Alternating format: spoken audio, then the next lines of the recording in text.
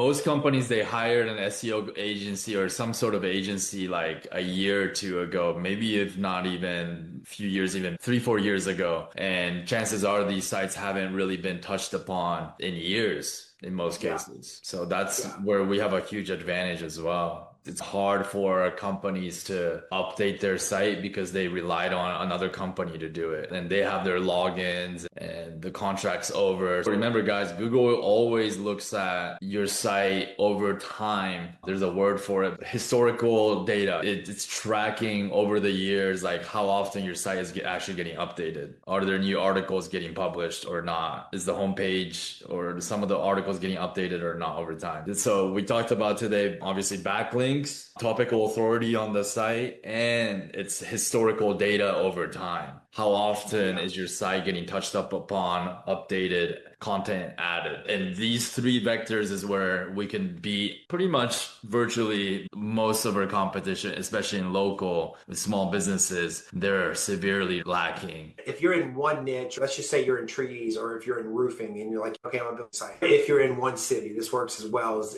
some of you are in big cities like Los Angeles and things, you could just stay local where you can meet your business owners. And like you're in Los Angeles, you really don't have to go anywhere. You could just focus, say, I want to stay in the Los Angeles area and then find niches within that area that are going to work for you, right? That meet with the due diligence. Same thing, like if I wanted to stay in the New Orleans area, I could stay and go in multiple niches and just find the due diligence of which one is going to work the quickest. But if you're in one particular niche or two particular niches, or if you're in one service area, you can do the Eugene review strategy. I've built directories, right? Like junk removal directories. And some of these junk removal directories, if you built them on Snaps, I think Snaps has an option. I think I've built mine on Word. But again, I'll do sometimes my keyword research like junk removal, dumpster rental, and I will go in and write articles about my lead gen sites, right? I will write the description. I'll put them as the featured head, but then I'll allow other companies across the United States add their business to this directory site. And I don't even charge them for it, right? Because it costs me $12 a month to host it, right? But in the areas that I'm local, I will sit there and go, okay, in Louisiana, in New Orleans, here's your top 3 sites. And guess whose top 3 sites are the #1 providers? My lead gen sites. And everybody else will show up too, but then I've seen it to where I type in my main keyword and then there's my lead gen, right? And there's maybe my second lead gen. Maybe I have another website in that same area or the city over. And then a couple pages down, then you have my directory site with the local lead gen right there. Bang. And so if you're in roofing, like you said, like blogging's dead, but the whole idea on roofing, if I built a roofing directory, I could go in JK and be like, hey guys, I got a roofing directory. It's free. How many of you guys are going to go in there and get a free backlink? And if I have roofing sites, I may write blog articles specific to the location and then feature my business in that area. Then boom, that directory listing ranks on the first page of Google local, which is another chance for me to generate a lead, right? There's so many different strategies that you can go about that don't take a ton of time. Now, obviously, if you're in 30 different niches, that's going to be a lot harder to do versus if you're in one location. That's pretty good strategy. You get to kill two birds with one stone. For those of you that's done Eugene Review, that helps you prospect for new business owners. You turn that review site into more niche specific. Then you can turn that site also into almost like a directory, give yourself more clout in terms of backlink. So awesome advice, Jared. Let's go to the questions here and answer some of these questions, and then we can get out of here. Truman says, what has your research uncovered about how to design keyword clusters when doing a topical authority sprint? For me, don't overthink it because these local legion sites are not 1,000 pages. They're not even 500 pages. So it's not like we got to create these specific clusters. Just treat the home page as the hub of the center of the cluster, which, for example, tree service is such a simple example. But let's just say roofing, and then it clusters into roof replacement. What's a unique one I heard the other day? It's like laser roof leak detection would be another one. But the main service pages, maybe 15 service pages, you might want to link to from the menu section of the website, and all the more unique kind of keywords, you can keep it out of the menu, but you can just create it as a hidden page on your site. And pages that seem relatively closer in topic, if it's like hail damage roof repair, and then another page about snow resistant roof, then maybe you can link the two together. But even then, I don't think you have to overthink it too much, is my take. I wouldn't overthink it. I just think that would make sense. So your main hail service page, page or your hail repair page, that's probably going to link back to your homepage. But you don't need to link your blog article from your homepage. You can link it, that specific blog article about hail damage and how to tell if you have hail damage, that can link back to your hail service page, which links then back to your homepage. Creating site maps or trees or just these patterns to follow. Like your hail damage page might mention living in, like you said, Chicago or Illinois, whatever that city is. But also in that blog article, you could talk about hail damage is often, this certain city gets an average of 10 hailstorms a year. And you can link that article back to another article that talks about the weather in that city. Is it relevant to generating a lead? No, but it's relevant to the topic. So if somebody's going down the rabbit hole and then you have another article about how much damage is done per year in this city because of hail damage, that becomes like a statistic that Google can use as a snippet, right? If it's authoritative, Google can pull it as a snippet off of your site. But then again, it doesn't need to come from your homepage. I just make sure my interlinking, there's always a trail back to the homepage. Like somewhere along the line,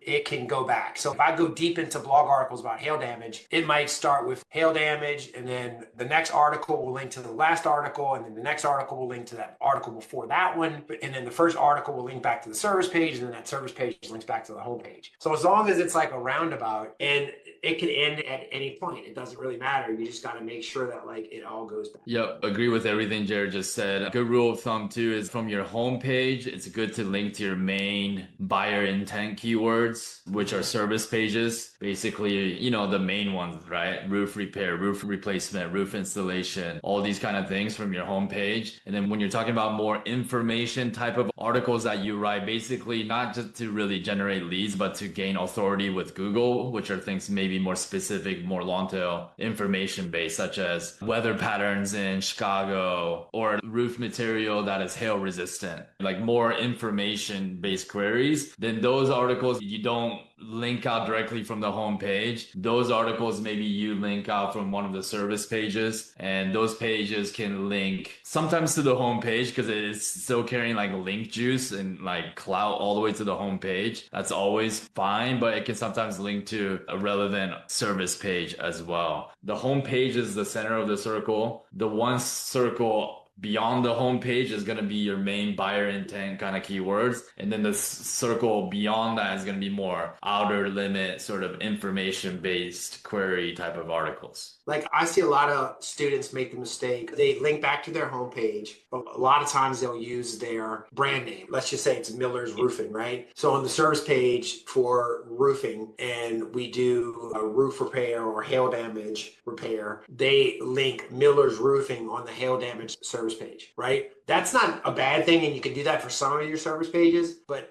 I like to link back with an anchor text because anchor text work the same way as back, right? When we do an anchor text for backlinking, we want to put that main keyword because Google uses that as clout. But okay, this is what this link is about, right? So we do want to link back to our homepage sometimes with our brand, but if on your main service pages, if it's a hail service page, if like you saw up your article, hey, if you're looking for the #1 hail service restoration company in XYZ city, make #1 hail restoration company your anchor text, or hail restoration company in blank your anchor text back to your homepage, right? Because a lot of times too, that's going to help send signal back to your homepage. And then especially if your GBP is tied to your homepage, Google's going to, again, relate that information because it's important content. So think about it like that. Like when Google is skimming that page and it goes across that link that sends it back to the homepage, right? It scans that homepage again, but it also links to that GBP, right? It links to that article or something like that, right? And so I see a lot of people make those mistakes. And then even like your buttons, right? People get lazy because they're like, oh, learn more, learn this, learn that. Be a little more unique because learn more about what, right? Because Google reads the button, right? It reads the H2 tag, so it knows what you want to learn more about. But be more specific. Like a third grader, like Dan says, being stupid can make you a millionaire. So like a button, like instead of putting learn more, if you have an article about how to find out if you have hail damage, maybe make the button say, think you have hail damage, ?